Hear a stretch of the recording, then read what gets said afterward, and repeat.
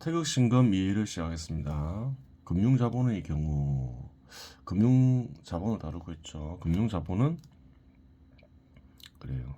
작업수단을 제공해 주죠. 화폐 그리고 대가를 받죠. 한번 보겠습니다. 가치 이전을 받고 이전받은 가치를 통해 비용이 지출되고 그렇겠죠. 추가 가치를 획득한다는 점에서 활동자본과 동일하며 형태나 방식은 현 시대와 다르지만 역사적으로도 현시대 기업과 같은 형태의 산업자본 이전부터 존재했다는 점에서 상업자본과 유사한 측면을 보입니다. 동일하다는 말 잘못됐죠. 작업수단을 제공하는 거니까 그 유사한 점은 있죠. 원료가 없다는 점에서 그래요. 하지만 수행하는 사회적 기능은 상업자본과 다른데 여기서는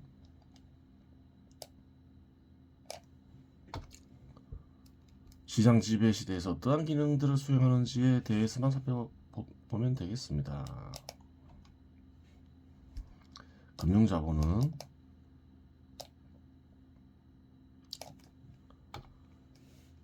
화폐가 널리 유통됨으로써 발생하는 사회적 기능들을 수행하는 데 이용됩니다. 구체적으로 얘기하자면 화폐를 발행하고 화폐량을 관리하는 기능을 수행하고 그렇죠.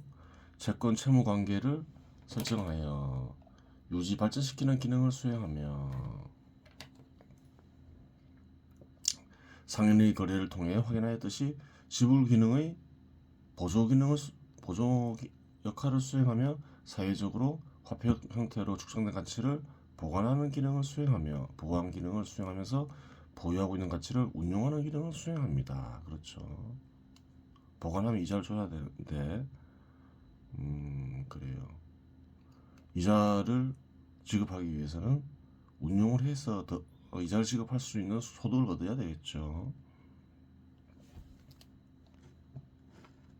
또한 국제 무역이 이루어지면 외국 화폐 및 외국 화폐와 관련된 정서들을 다루며 주식이나 채권 같은 유가증권을 발행 거래하는 업무를 담당하는 기능을 수행하기도 합니다. 그런 기능도 수행하죠. 금융자본과 관련된 기능들은 앞에서 대부분 다루었고 여기에서는 필요한 화폐량 및 화폐량이 물가에 미치는 영향 및 이자율이 화폐 가치에 미치는 영향 및 영향의 정도 금융자본의 유인율에 대해서만 살펴보도록 하겠습니다. 그래요. 한국 간에 필요한 화폐량은 상거래 규모와 상거래의 회전 속도에 달려 있는데, 그렇죠. 금이나 은과 같은 활동 지출이 간직된 물체 형태의 화폐와 법정 화폐는 뚜렷한 차이점이 존재합니다. 물체가 화폐로 통용될 수도 있죠. 과거엔 그랬죠. 금이나 은. 한국에서는 쌀이 시장에서 화폐의 역할을 하기도 했죠. 이러한 부분을 탐구하기 위해서는 화폐에 대한 개념을 명확히 해야 합니다. 화폐는 시장에서 교환됩니다. 시장에서 교환되는 대상은 상품입니다. 그렇죠.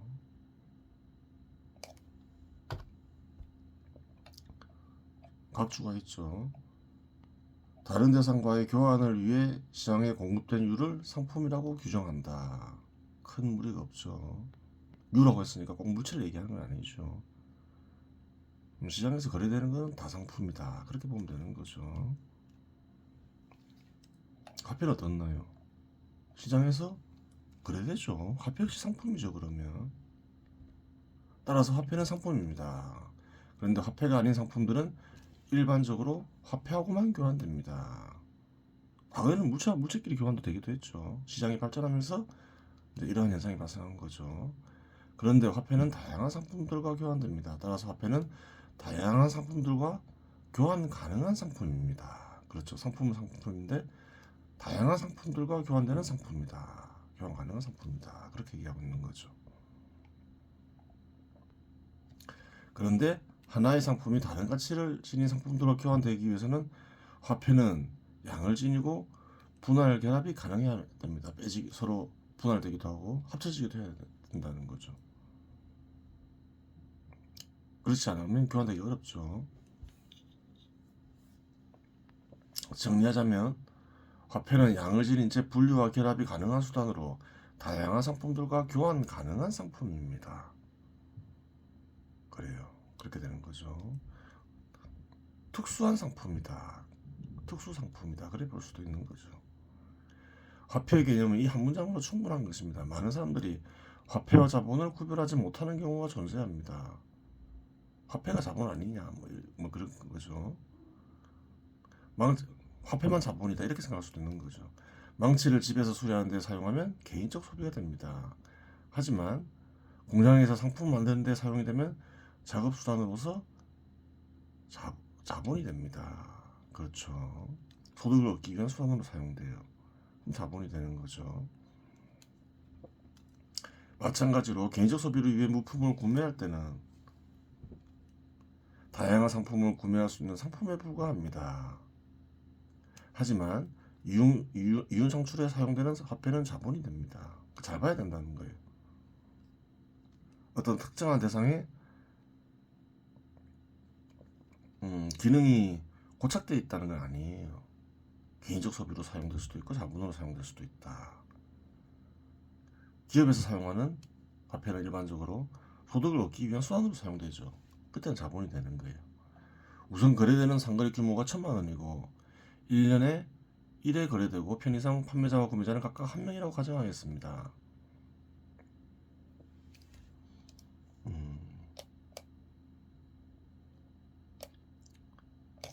그래요. 판매자와 구매자가 1,000만 원의 상품을 거래하는데 필요한 화폐량은 1,000만 원이 됩니다. 한 번밖에 거래를 안 하니까 1,000만 원을 쥐고 있어요. 1년에 한 번 거래하기 위해서는 1,000만 원의 화폐가 필요하게 되는 거죠. 그런 조건이 동일한데 상거래 규모가 2천만 원이 되면 필요한 화폐량은 2천만 원이 됩니다. 1회밖에 거래 안 하니까. 당연하죠. 그러면 이제 상거래 회전 속도가 증가해요. 1년에 10회 거래가 가능하다고 하겠습니다. 상거래 규모가 1,000만 원일 경우 그 상거래 규모는 안 변했죠. 근데 10회 거래가 돼요. 샀다 팔았다 샀다 팔았다. 그럼 1,000만 원을 거래하는 데는 얼마가 필요하느냐, 어느 정도의 화폐량이 필요하느냐 그걸 봐야 되겠죠. 100만 원으로 10회 거래하면 1,000만 원의 상거래 규모를 소화할 수 있게 돼요. 필요한 화폐량은 100만 원이 되며 그렇죠. 상거래 규모가 2천만 원일 경우에는 필요한 화폐량은 200만 원이 됩니다. 10번 거래되니까 1년간 200만 원의 화폐량만 있으면 되죠. 똑같이 상거래 규모가 1,000만 원인데 한 번 거래를 뗄 때는 1,000만 원이 필요한데 10회 거래를 할 때는 100만 원만 쓰면 된다는 거예요. 여기서 얻을 수 있는 것은 필요한 화폐량은 상거래 규모가 커지면 커짐에 따라서 비례하고 커지는 것이고 회전 속도가 커지면 커질수록 어떻게 되나요? 많이 회전하면 회전할수록 필요한 화폐량은 감소하죠. 그걸 알면 되겠죠. 그러면 여기서 화폐가 금일 경우를 고려해 보겠습니다. 금이나 은이 화폐로 사용되는데 금이나 은의 가치에 변동이 없고 화폐량에 변동이 없다고 가정하겠습니다. 상거래 규모가 1,000만 원이고 상거래 회전 속도가 연간 10회인데 상거래 규모가 2천만 원으로 증가할 경우 필요한 화폐량은 100만 원에서 200만 원으로 증가하게 되는데 화폐량은 변동이 없으므로 화폐의 공급 부족으로 화폐의 가격은 2배로 증가하게 됩니다. 화폐로 무조건 거래해야 되는데 상거래 규모는 다른 조건이 변한 건 없는데 화폐의 회전 속도는 그대로인데 상거래 규모만 커졌어요. 근데 화폐량은 변동이 없어요. 그럼 화폐 가격은 당연히 2배로 증가하게 되겠죠. 화폐의 공급 부족. 근데 화폐에 대한 수요는 그대로라는 거예요. 그러니까 당연히 화폐의 가격이 폭등하겠죠. 물론 이러한 가정은 현실적이지 않습니다. 현실에서는 금융 은어를 사용할 때 이러한 일이 일어나더라도 잘 일어나지 않는다. 왜 그런가?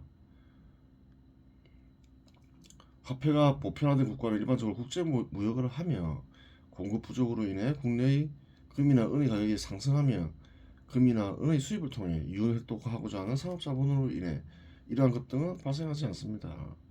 국내의 금은 가격이 국제의 금은 가격보다 훨씬 높아요. 그러면 상인이 그 국제 무역을 통해서 금을 싸게 사서 비싸게 팔려고 하겠죠. 이익을 얻기 위해서.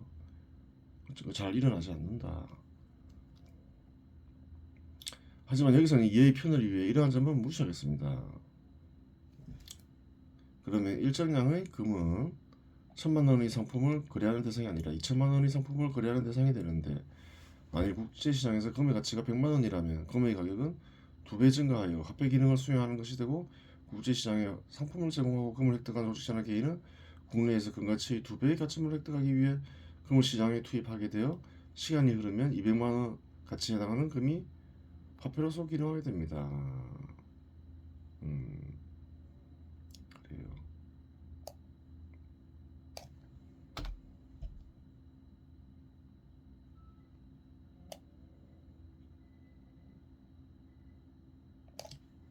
국제 무역을 하게 되면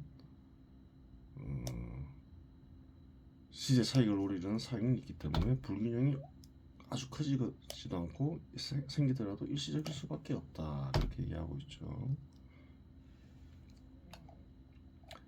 법정 화폐의 경우 화폐의 본질적인 측면은 동일하지만 금과 같은 물질이 아니고 숫자를 표시한 것에 불과하기 때문에 금과 같이 물체의 수입을 통한 화폐량의 조절이 이루어지지는 않습니다. 그래요. 그러면 법정 화폐와 금이나 은과 같은 실물로 존재하는 화폐의 차이를 알아야 합니다. 금이나 은과 법정 화폐는 어떠한 차이가 있을까? 법정 화폐, 금이나 은을 담보로 하지 않는 법정 화폐도 있고, 또 금이나 은을 담보로 하는 법정 화폐도 있을 수 있겠죠.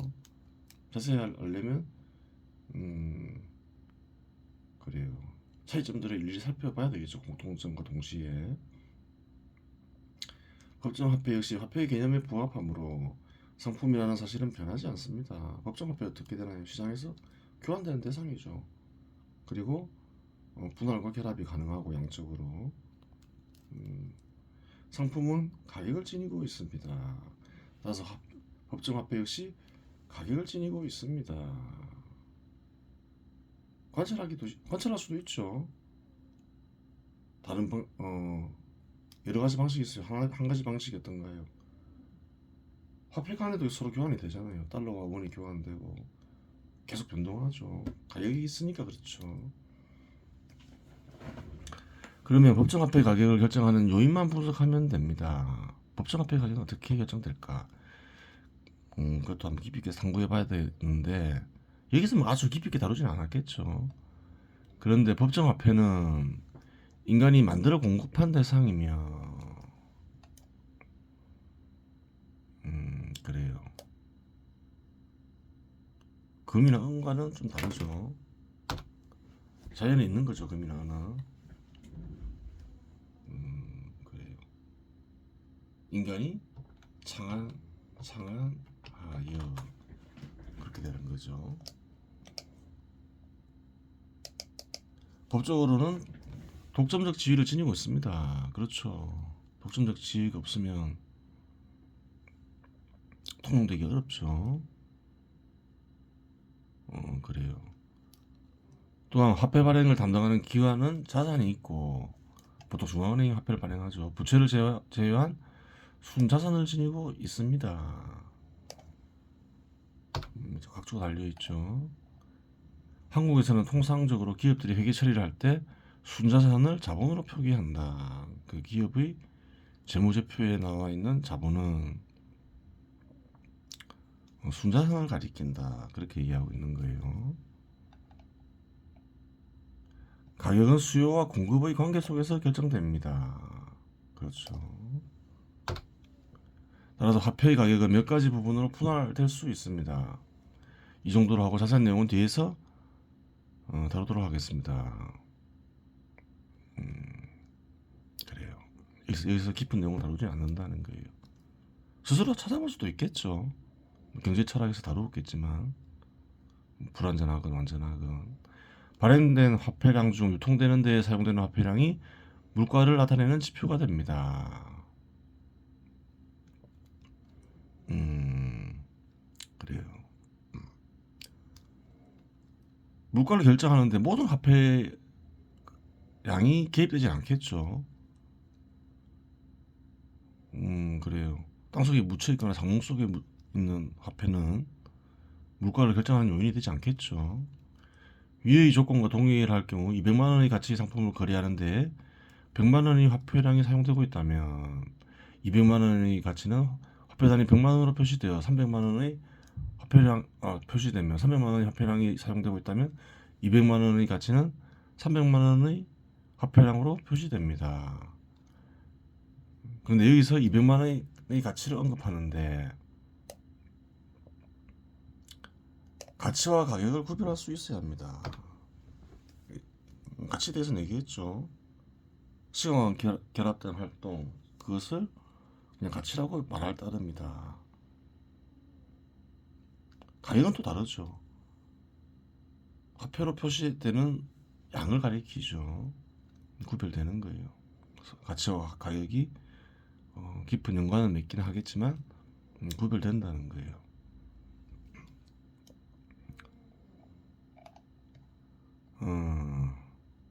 그래요. 원은 화폐의 단위인데 200만 원이 100만 원이나 300만 원이 화폐량으로 측정되는데 고정되어 있는 200만 원의 가치는 무엇인가 하는 의문이 들 수 있습니다. 가치는 시간과 결합한 활동, 즉 활동 지출입니다.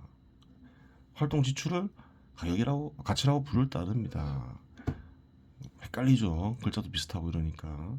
활동 지출 역시 시장에서 거래되니 상품이 될 수 있고 가격을 지니고 있습니다. 활동 역시 거래되죠. 대표적인 게 그래 노동이죠. 거래되고 있음을 확인할 수 있어요.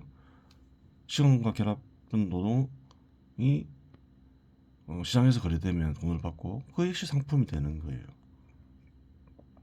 따라서 활동 지출의 가격 역시 다른 상품과 같이 변동합니다. 계속 변동하죠. 가격을 지닌 것은 다 가격이 변동하는 것이죠.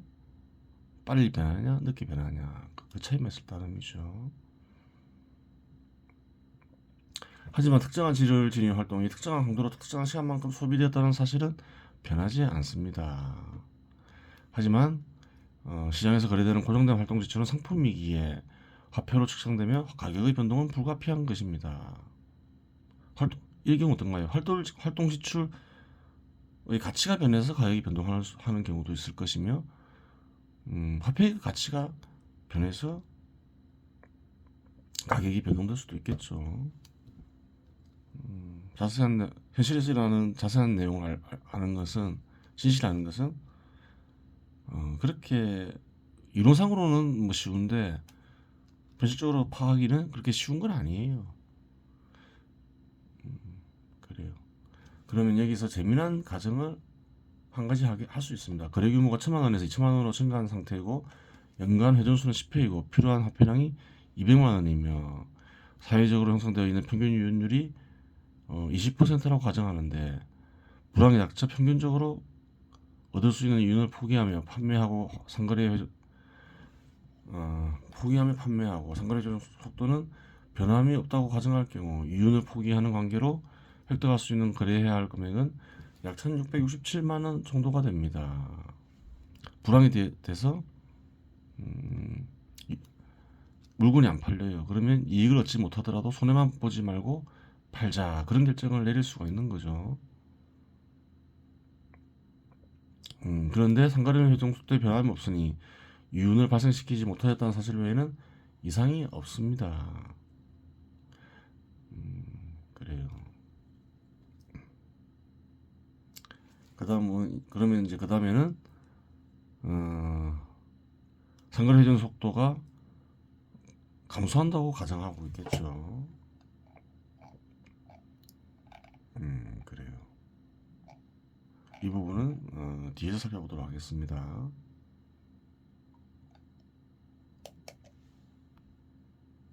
그래요.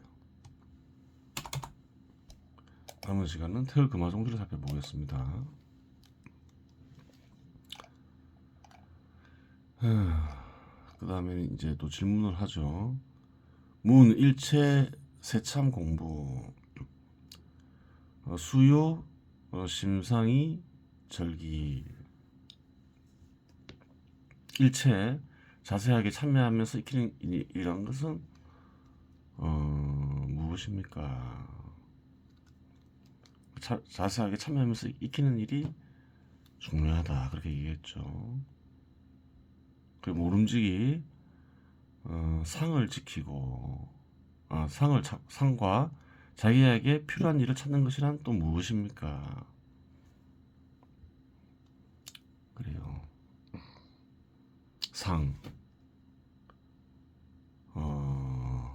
변함없는 마음이라고 볼 수 있겠죠. 변함없는 마음과 자기에게 맞는 일을 찾아라 그렇게 얘기했죠.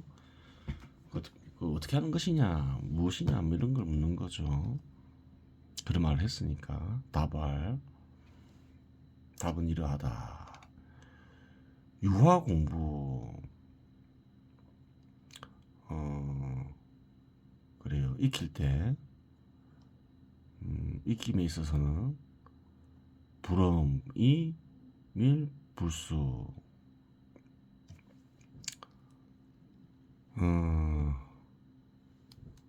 그래요. 어찌 엄숙하지 않을 수 있겠으며 어찌 공경하지 않을 수 있겠는가.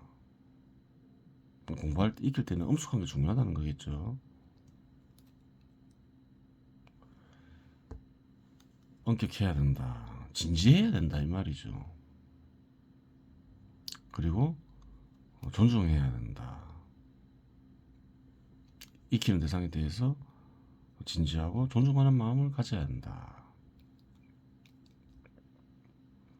어떤 가는 신과 어떤 가는 신의 마음 익힐 때는 더욱 그러하겠죠. 그래요. 독공이지기 두껍고 존중하는 자세, 낮은 자세를 가져야만이 스스로를 버텨나갈 수 있다. 두터운 마음이 있어야 된다. 진지하고 인내심이 있어야 된다 이 말이죠. 인내심을 갖기 위해서는 신뢰가 있어야 되고 도텁다. 신뢰가 있다. 신뢰로 뜻할 수 있죠. 신뢰가 있어야 한다. 어떤가는 신을 탐구하고 접촉하기 위해서는 어떤가는 신에 대한 신뢰가 있어야 되겠죠. 어떤가는 신의 마음을 탐구할 때도 마찬가지고 그리고 공경해야 한다. 뭐 어떠한 대상이건 그렇죠. 어떠한 대상을 익히건 간에 익힘에 대한 믿음이 없으면 안 되는 거예요. 익히는 대상에 대한 또 존중도 있어야 되겠죠. 그래야지 성과를 낼 수 있지. 그러한 마음가짐이 없으면 성과를 낼 수 없는 거죠. 현매합일 드러난 것과 드러나지 않은 것을 하나로 합쳐야 한다. 드러난 것은 무엇이며 드러나지 않은 것, 어둠은 무엇이냐. 또 그걸 알아야 되는 거죠. 채용, 무수. 채용, 어떤 대상이 있다. 실체는 어떤 대상을 볼 수 있겠죠. 채는, 용은 대상이 일으키는 작용이죠. 그 대상과 대상이 일으키는 작용에는 다름이 없다. 채와 용은 그래요. 떨어져서 볼 수 없는 거죠. 그 대상과 대상의 작용을 그래 알아야 한다. 그 두 가지를 확실히 아는 게 현매합일이다. 작용은 보이지 않잖아요. 파악하기 어렵죠. 정부의 작용, 정부는 잘 알겠는데 사법부, 입법부, 행정부, 정부 작용은 파악이 어렵잖아요. 보이지 않는 거죠. 공부, 하재,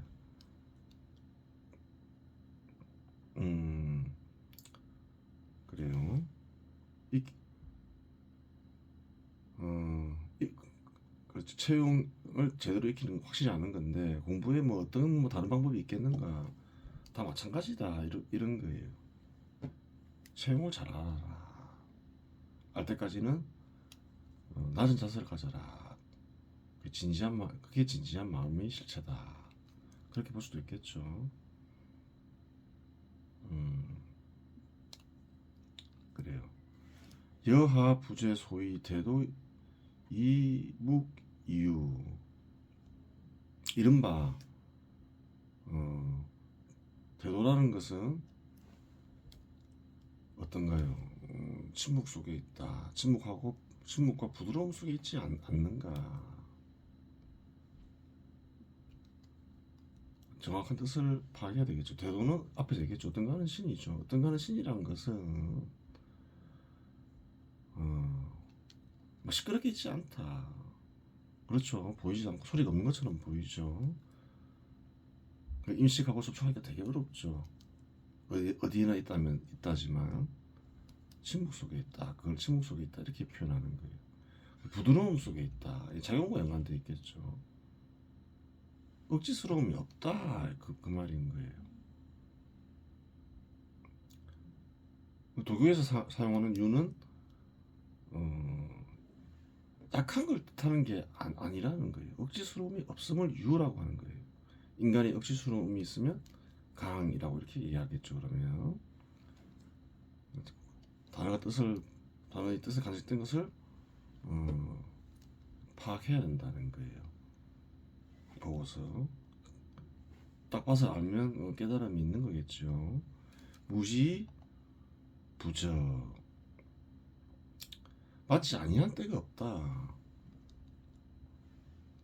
눈에 들리거나 보이지 않고 또 억지스러움이 없지만 마치 아니한 때가 없다. 무사히 불태연 또한 통하지 않는 곳이 없다. 그렇게 얘기하고 있는 거죠. 이런 말을 왜 할까요? 어떤 가는 신은 어느 곳에나 있고 어떤 가는 신의 사용은 온 세상에 미치니 자기에게 맞는 일을 억지로 찾지 마라. 그 말을 또 달리 얘기하면 네가 하고 있는 일 속에서 네가 하고 있는 일이 일 속에서 찾아라 이 말이 되는 거죠. 네 삶과 네가 하는 일에서 자기에게 맞는 일을 찾아라. 어떻게? 체와 용을 파악하면서 따로 있는 것이 아니다. 한번 보겠습니다. 선뜻 변화없는 마음과 자기에게 필요한 수련법을 찾아 자세하게 겪으며 익히는 일이 중요하다고 말씀하시는데 구체적으로 어떻게 하는 것입니까? 우선 마음가짐이 중요하겠지. 기본적으로 진지한 자세와 존중심 그리고 인내심이 필요한 겁니다. 이러한 마음가짐은 무엇을 익히건 필수적인 것이라 이러한 마음가짐이 없으면 그대는 어떠한 것을 익히든 성과를 낼 수 없다. 존재한 대상은 실체가 있고 실체가 일으키는 작용이 있는 법이다. 실체와 기능까지 쓰면 더 좋겠죠. 실체와 기능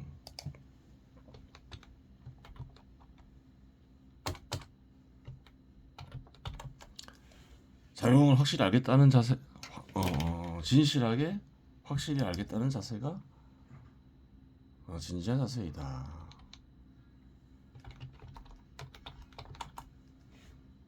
그래 뭐 확실하기라고 그냥 쓰면 되겠죠. 진실하게 모두 알겠다는 자세가 진지한 자세이다. 그대는 그대 자신과 그대의 일을 어떻게 생각하나? 그대는 타인보다 귀하다고 생각하나? 선하다고 생각하나? 그대의 일은 타인의 일에 비해 중요하다고 생각하나? 필요 없다고 생각하나? 그대는 타인보다 귀하지도 않고 천하지도 않으며 그대의 일은 타인의 일에 비해 중요하지도 않고 필요 없지도 않다. 어떤 가는 신은 어느 곳에나 있고 모든 작용은 어떤 가는 신의 작용이 변해서 이루어진다. 그대 또한 어떤 가는 신과 함께하거늘 어찌 그대가 타인보다 천하겠으며 그대의 일의 작용도 어떤 가는 신이 일으키는 작용이 변한 것인데 어찌 필요 없겠는가. 하지만 예외도 있다. 모든 대상에는 기능과 작용이 있는데 어떤 가는 신이 부여한 기능이 있겠죠. 그것에 어긋나게 행동한다. 그러면 이제 또 다른 문제가 되는 거예요. 기본적으로는 다 차별이 없지만 자기에게 맞는 수양법이라는 것은 그 대상과 그대가 하는 일을 존중하며 충실히 해나가고 그 속에서 어떤 가는 신의 뜻을 찾는 것일 따름이며 인내심은 포기하지 않고 끝까지 그렇게 살아가며 익히는 마음가짐일 따릅니다. 2부 전에서 마치겠습니다.